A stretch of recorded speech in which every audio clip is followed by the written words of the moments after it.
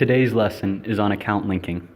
When you're creating an application, your users need some way to sign in. A lot of people will create an email and password sign in, but with so many email and password sign-ins, customers can lose track of which account they used for which. So today we're going to use account linking to leverage 4 of the biggest platforms: Google, Facebook, GitHub, and Twitter, so that your customers can sign in using the accounts that they've already created. We're going to use the Smart Lock app that we've already built during this course.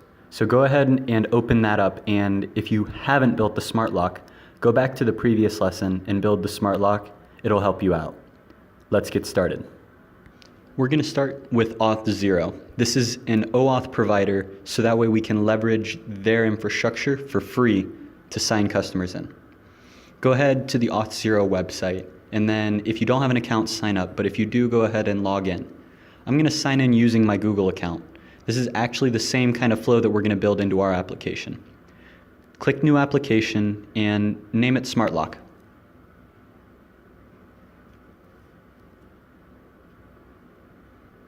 Make sure that you check the machine-to-machine applications. That's the app that we're building. And then in the drop-down list, select the Auth0 Management API. Select All for scope, and then click Save. Now that you've created the Auth0 account, we're going to go into the settings, scroll down, and change the token to basic.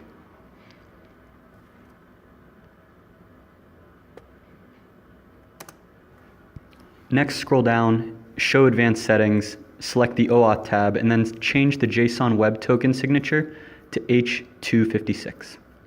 Save your changes. And next, we're going to go over to Connections into the Social tab. This is where we're going to be able to add in the individual authentication providers.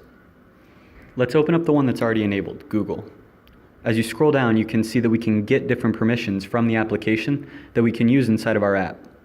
For now, we'll leave it as the basic and we'll exit out.